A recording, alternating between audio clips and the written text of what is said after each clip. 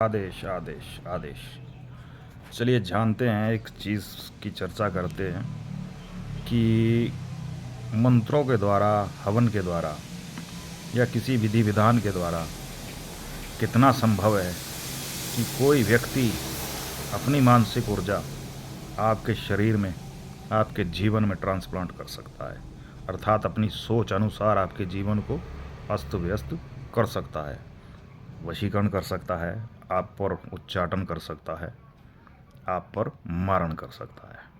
तो देखें, यदि क्रिया सही ढंग से की जाए, अब सही ढंग से आप कहेंगे कि भाई विधि विधान तो वही होता है, साधक जो होगा उसमें एक क्वालिटी ज़रूर होगी। 5 मूल शक्तियां जो हैं शमशान की, यदि उसने सिद्धि में प्राप्त कर रखी हैं तो वो व्यक्ति पूर्ण रूप से सक्षम है इन सभी क्रियाओं को करने के लिए। अब वो क्रिया आपके लिए की जाएगी तो आपका मनोबल कितना तीव्र है, क्योंकि आपका मनोबल उस ऊर्जा के साथ चलने वाला है। यदि आप में शत्रु भाव कूट कूट के भरे हुए हैं, आपकी घृणा ही तय करेगी इस व्यक्ति के ऊपर जाने वाली क्रिया। आपके भाव तय करेंगे जिस व्यक्ति के प्रति आप वो क्रिया कर रहे हैं।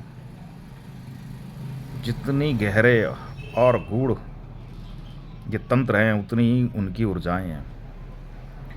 मूल शक्तियां जो 5 हैं, उनको सिद्ध करने वाला कोई भी साधक किसी पर भी मारण, मोहन, उच्चाटन, वशीकरण कर सकता है और कर भी रहे हैं। अब जिन लोगों के घर पर ये क्रियाएं हो जाती हैं तो उनके घरों में क्या क्या चीज़ें होती हैं। एक तो चीज़ सबसे पहली है कि वो लोग आपस में, उनकी कोई बनावट नहीं रहेगी, कलेश रहेगा और हर व्यक्ति अपने मन ही मन ऐसी स्थिति में चला जाएगा कि सुसाइड कर लिया जाए, और वो ऊर्जा उसे सुसाइड करने के लिए ही प्रेरित करती है। और ऐसे घरों में हमने साक्षात रूप से देखा है कि लगभग महीने, 2 महीने, 3 महीने या 4 महीने, ज़्यादा से ज़्यादा कहें तो 6 महीना में लोग सुसाइड नोट करते हैं। एक ही परिवार के लोग लगातार सुसाइड करते चले जाते हैं और उस ऊर्जा के कारण ही ये सब होता है। ये ऊर्जाएं जब किसी के घर गृहस्थी में किसी पर छोड़ दी जाती हैं तो वो व्यक्ति सबसे कट जाएगा और अचानक ही वो क्रिया उस पर हावी होगी और वो सुसाइड कर लेगा।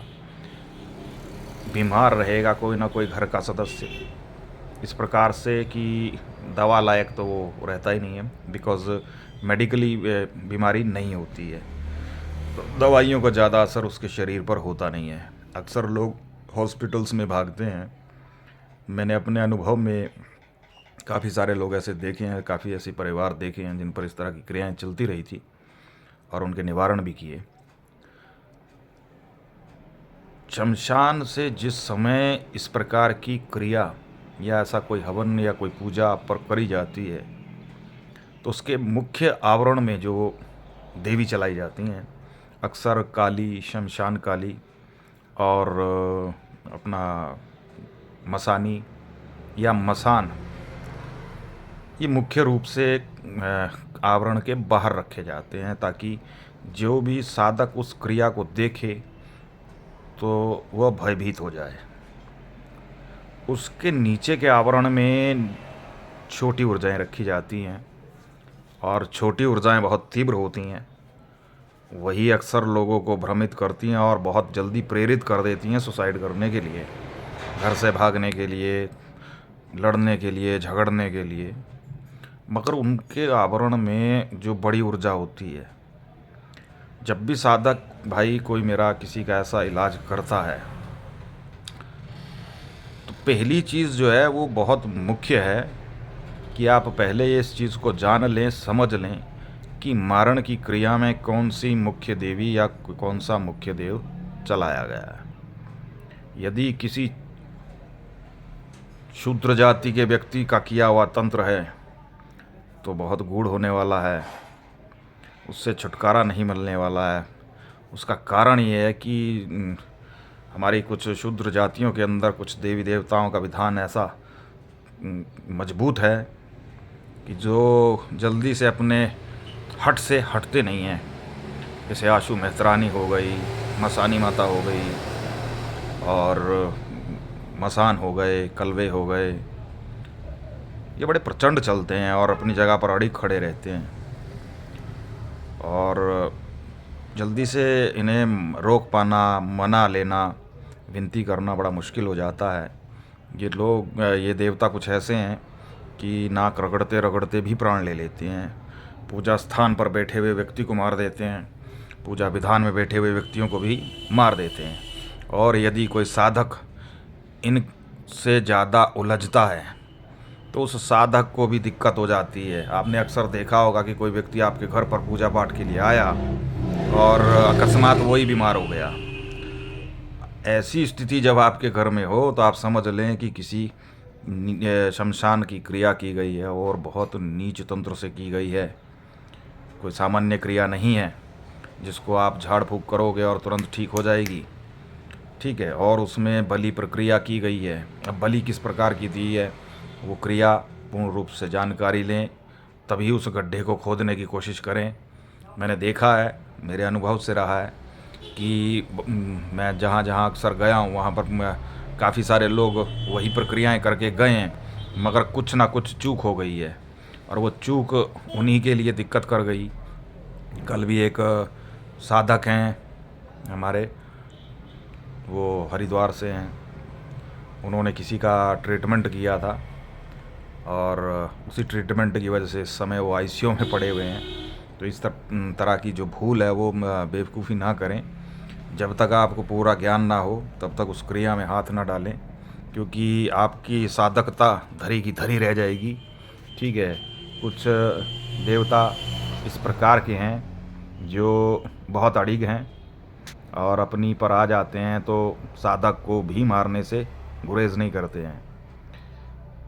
मुख्य रूप से वाल्मीकि समाज के देवता जो हैं लगभग पूरे हिंदुस्तान के अंदर बहुत गूढ़ हैं और बहुत तीव्र चलते हैं।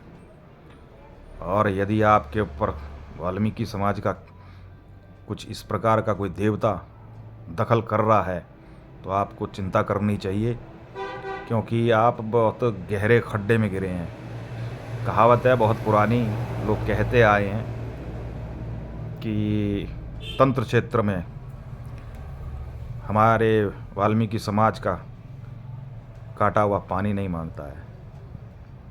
इसका कारण ये है कि क्षण में मृत्यु को प्राप्त हो जाता है, क्षण में ही उसकी गति रुक जाती है। और ये विचार देवताओं के नहीं होते हैं। मैं आपको बता दूं, अगर आप मेरी बातों से आपको लगे कि नहीं भाई देवता गंदे हैं, तो ऐसा बिल्कुल भी नहीं है। देवता के स्थान पर बैठे हैं, देव हैं वो। ये हमारी मानसिकता होती है कि हम किस प्रकार से काम कर रहे हैं। हमारी सोच, हमारी जो विधि है वो हमें सामने वाले के प्रति सही रखती है या गलत रखती है, उस भाव से ही देवता आगे जाते हैं। अमूमन काली माता को, भैरव को और शमशान के उच्च देवताओं को इस प्रकार की क्रियाओं में द्वेष के कारण चला दिया जाता है।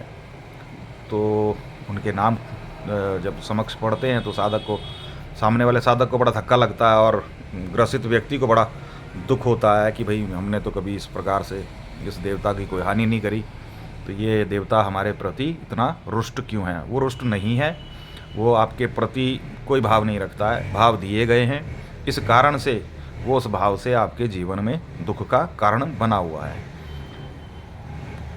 ऐसी गृहस्थियों को पूर्ण रूप से ऐसी क्रियाएं बर्बाद कर देती हैं और आर्थिक रूप से, शारीरिक रूप से पूर्ण रूप से तोड़ देती हैं। ना उनके पास ज़्यादा खाने के लिए होता है, ना पीने के लिए होता है, और वो कर्जे में डूबते हुए चले जाते हैं। किसी प्रकार से कोई सहयोग भी नहीं करता है उनका, और पूजा पाठ उनकी निरस्त चलती रहती है, निरस्त हो जाती है।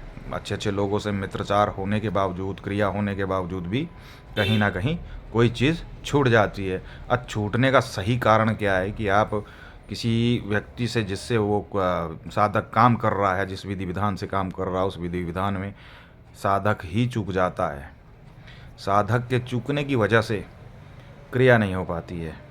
साधक पूर्ण रूप से ज्ञान ले ले, जानकारी ले ले, उसके बाद उस क्रिया में हाथ डाले, तभी संभव है। अन्यथा साधक के लिए भी खतरा है, और जो व्यक्ति उस चीज़ को करवा रहा है उसके लिए तो दिक्कत होने ही वाली है, क्योंकि आपने उस चीज़ को छेड़ दिया है। और आप जब छेड़ देंगे तो उसके भुगतान भी आपके परिवार को ही भोगने पड़ते हैं। ऐसा हमने साक्षात अपनी आंखों से देखा है। अभी कुछ महीने पहले की बात है, हम किसी के घर गए थे, तो वहाँ पर मारण क्रिया चली हुई थी। आर्थिक रूप से बहुत टूटे हुए थे वो लोग, तो मैं उनकी कोई विधि विधान तो कर नहीं पाया, मगर हमारे ही रहते रहते देखते हुए ही 1 सप्ताह के बाद उसी घर में एक मृत्यु सुसाइड के द्वारा कर ली गई, जबकि उस बच्चे का मन बिल्कुल सही था, स्वस्थ था, और उसने सुसाइड कर लिया। घर में भी ऐसी कोई बात नहीं थी कि किसी ने मतलब डांटा हो, फटकारा हो, या कहीं पढ़ाई लिखाई की बात या कोई जॉब की बात, ऐसा कुछ भी नहीं था। फिर भी उसने सडनली सुसाइड कर लिया। उससे पहले उसकी बहन ने सुसाइड किया था, और उनके घर में उनके पिताजी की हालत बड़ी मार्मिक थी, बिस्तर पर लगे हुए थे वो। तो ऐसी चीज़ें देखने के लिए बहुत मिल जाती हैं। अब क्रिया हम तभी कर सकते हैं जब हमारे को सामान, सामग्री और व्यवस्थाएं बना के दी जाएंगी। तो ऐसी चीज़ें हैं, आप में से बहुत लोगों के घर में चल भी रही होंगी। आप गौर करेंगे तो आपको उन चीज़ों का अनुभव होगा। आपको घर में इन चीज़ों के अनुभव इस चीज़ को बता देंगे कि क्या हो रहा है और क्या नहीं हो रहा है। अच्छा, अब कुछ लोग कहते हैं कि भाई हमने तो बहुत प्रकार के हवन कराए हैं, हर तरह की शमशान में पूजा करवा डाली, और फिर भी हमें तो कोई फ़ायदा नहीं हो रहा है, और आप फिर उसी चीज़ को दोहराने के लिए कह रहे हैं। देखें, दोहराने का अर्थ ये नहीं है, या क्रिया होने का अर्थ ये नहीं है कि वो सही जगह पहुंची है। उसमें कमी है, वो सही जगह सही चीज़ पर नहीं हुई है, ठीक है। इस कारण से वो क्रिया अभी भी अचूक है। उस क्रिया में बल ज़्यादा है, और उस क्रिया को रोकने की क्षमता में हमें थोड़ा ज़्यादा जोर लगाना पड़ेगा। एक बार के हवन से या एक बार की क्रिया से कुछ क्रियाएं बिल्कुल नहीं रुकती हैं। आप सोचें कि आपने एक साधक से करा लिया, 2 से करा लिया, आप एक ही साधक से कराएं, मगर उस चीज़ को कम से कम तब तक निश्चित कर लें जब तक साधक स्वयं नहीं कह देता कि नहीं भाई आपका फाइनल हो गया, ठीक है, और आपको पूर्ण रूप से स्वास्थ्य मिल ना जाए, ठीक है। तो कुछ चीज़ें ऐसी हैं जो आपको जीवन में चलती हुई मिलेंगी, और ये चीज़ें अकस्मात होती हैं, घटनाएं अकस्मात होती हैं। अकस्मात किसी के साथ बार बार गाड़ियों का दुर्घटना हो जाना, एक्सीडेंट ज़्यादा होना, खून की कमी आ जाना, खून की उल्टी आना, खून के दस्त चलते रहना। डॉक्टर को भी दिखाएं, इनकार नहीं करता हूं कि आप मेडिसिन ना लें, बिल्कुल भी मेडिसिन लें, चेकअप करवा लें। चेकअप करवाने के बाद ही किसी मांत्रिक तांत्रिक से संपर्क करें।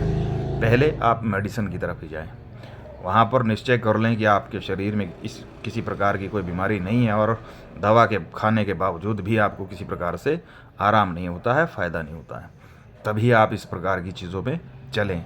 क्योंकि देखें, पॉजिटिव होना और पॉजिटिव सोच से काम को करना, पूजा के सही भाव होने चाहिए।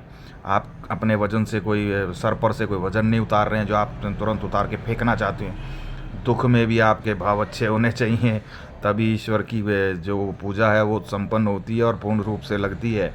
यदि अगर काली मसान आपके दुख में हैं, तब भी आपको उनके प्रति भाव अच्छे रखने पड़ेंगे। यदि आपके भाव आपकी पीड़ा से बदल रहे हैं, तो आपका भोग सामग्री, हवन व्यवस्था सारी कचरे में जाने वाली है, और अक्सर हमने ऐसा देखा है। चलिए, और इंटरेस्टिंग बातें कुछ जीवन की बताएंगे, क्रियाओं से जुड़ी हुई, और वीडियोस डालूँगा आप लोगों के लिए। कुछ क्षेत्रों से जुड़े हुए, कुछ जातिगत तंत्र से जुड़े हुए, कुछ खास देवी देवताओं की चर्चा भी करेंगे कि यदि उनकी दिक्कत आपके घर में है तो आपको क्या करना सही है और क्या नहीं। आदेश आदेश।